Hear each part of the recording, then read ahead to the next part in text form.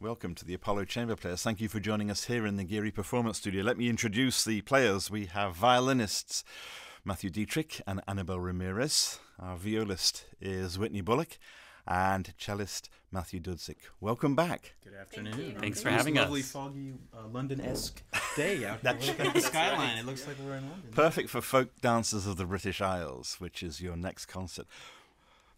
You're going to play one of the three Divertimenti, which incorporates these folk melodies into three movements: march, waltz, and burlesque. We're going to hear March, the first of the three, by Britten. Talk about this piece, and is there a specific folk melody that he incorporates here, or is it just sort of inspired by?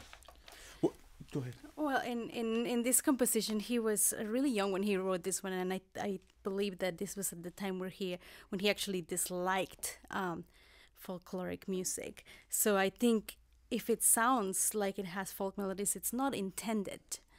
So, you know, sometimes this is the case with the composers, that they may say they dislike the folk music of their country, but it's still ingrained into their DNA, basically.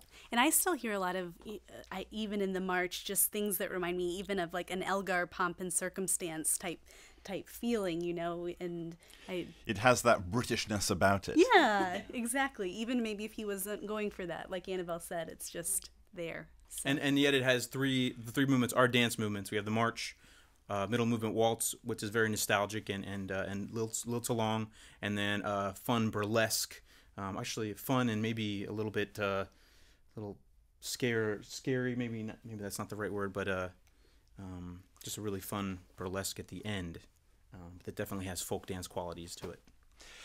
Well then, here are the Apollo Chamber Players with the first of Benjamin Britten's three Divertimenti for string quartet. This is March, here in the Geary Performance Studio.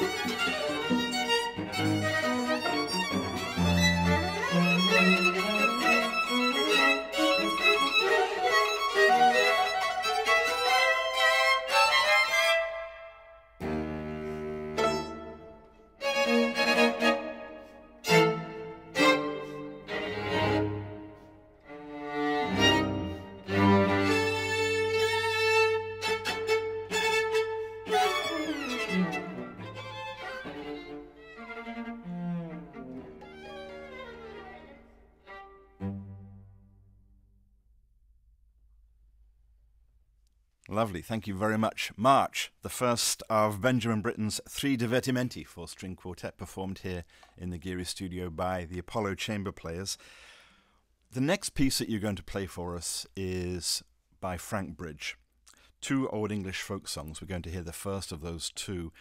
And Frank Bridge, Whitney, has a close association with Benjamin Britten because he was one of his teachers. Yeah, he was one of his teachers, and Frank Bridge actually the Sally in Our Alley that we're about to play, it's his arrangement of Henry Carey wrote this piece, Sally in Our Alley, and you can just totally hear Frank Bridge's use of chromaticism. It's a little jazzy here and there, and because Bridge at first was really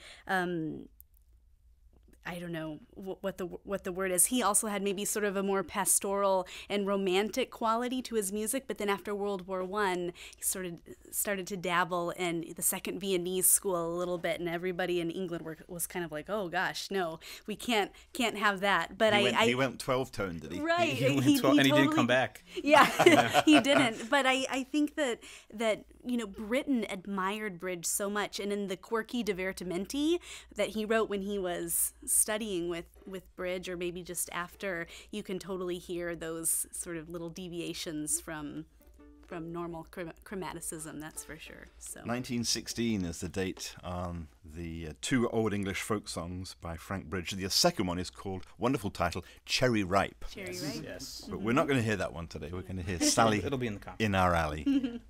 Again, here are the Apollo Chamber Players with Frank Bridge's Sally in Our Alley from his 2 Old English folk songs here in the Geary Studio.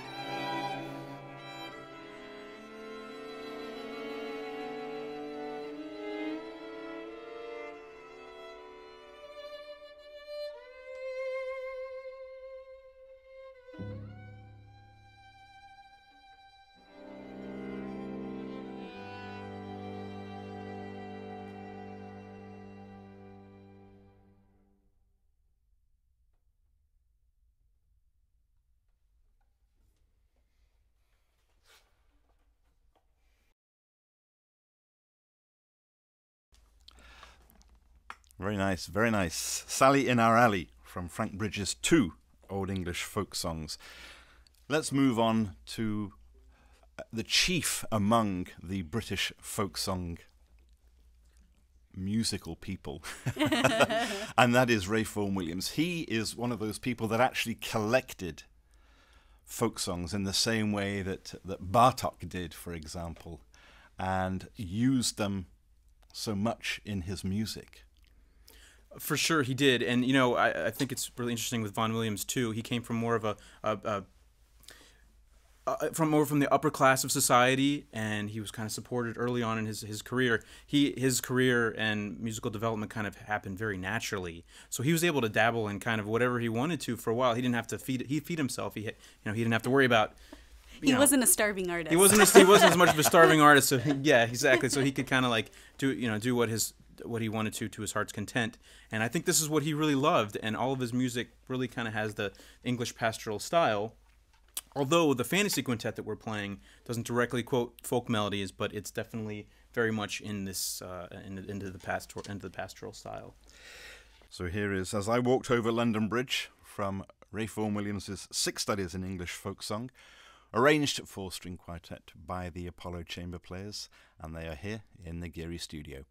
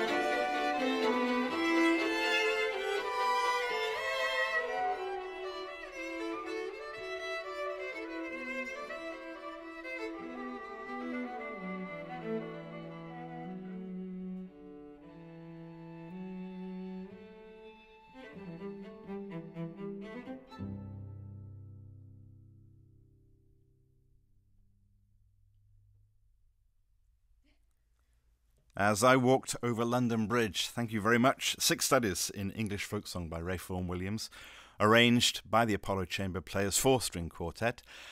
To the members of the Apollo Chamber Players, Annabelle Ramirez, Matthew Dietrich, Whitney Bullock, and Matthew Dudzik, thank you all for joining us here in the Geary Performance Studio. Thanks for having us. And thank you also to our audio producer, Todd Hulslander, and our videographer, Troy Schultz. For Houston Public Media Arts and Culture, I'm St. John Flynn.